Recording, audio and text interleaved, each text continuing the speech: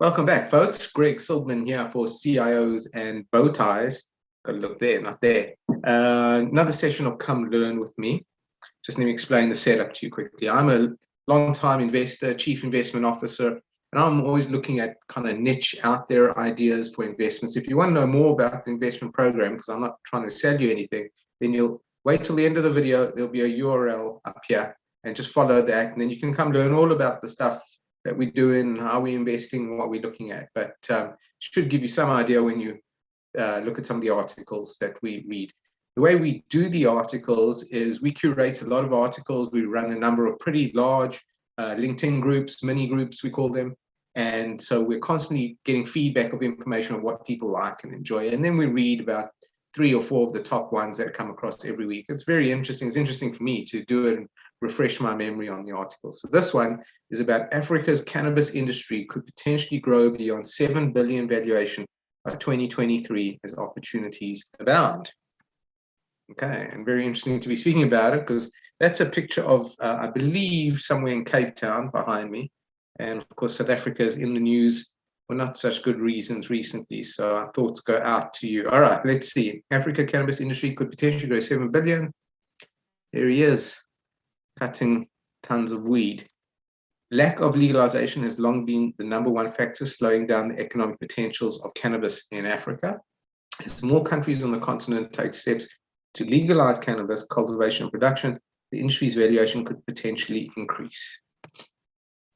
African countries have the favorable climate to grow the cash crop and could even export to North America where demands are astronomically high. Yeah, that's it.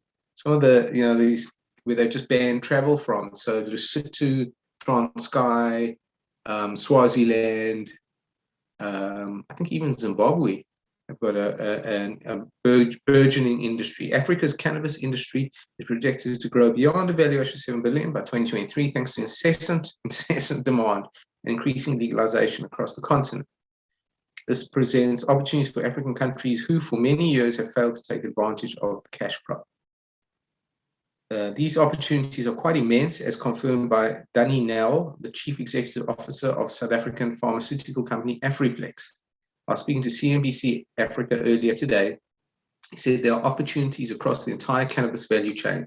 These include opportunities in the cultivation process, the production of consumables, and supply of consumables to retail outlets. There are also opportunities along the lines of secondary services such as consulting, regulatory, and legal, he said.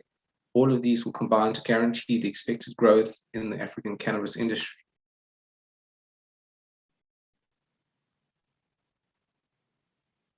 It should be noted that lack of legalization has been the #1 factor slowing down the potentials of cannabis in Africa for both medicinal and recreational use. It's very interesting that this article kind of popped up, percolated up. So it's very interesting. Always take note of that as an investor.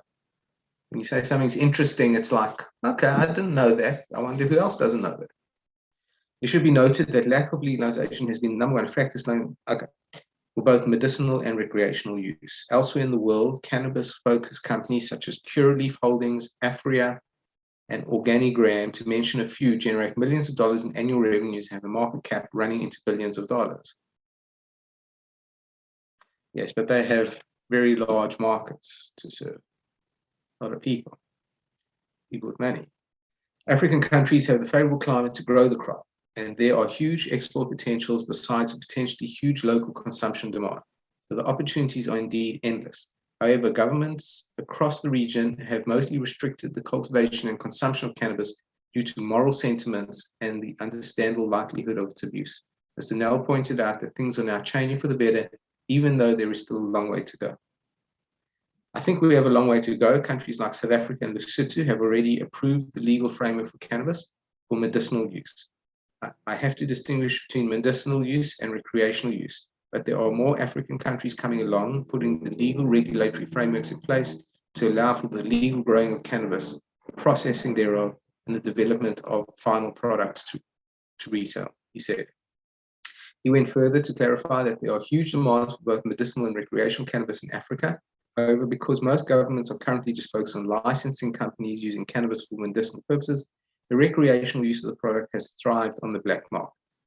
Therefore, in order to fully harness opportunities offered by both medical and recreational cannabis, there needs to be right regulatory frameworks put in place.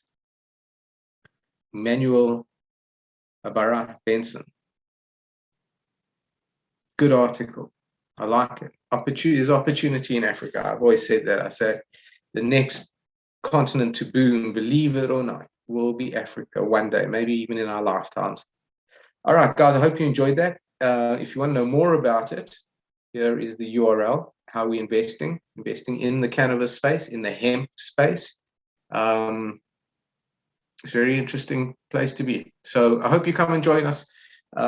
Look at our processes and philosophies, and if they jive with yours, we'd love to have you on board as a partner. Greg Silberman from beautiful Cape Town beach. I don't know what beach it is. Out for now.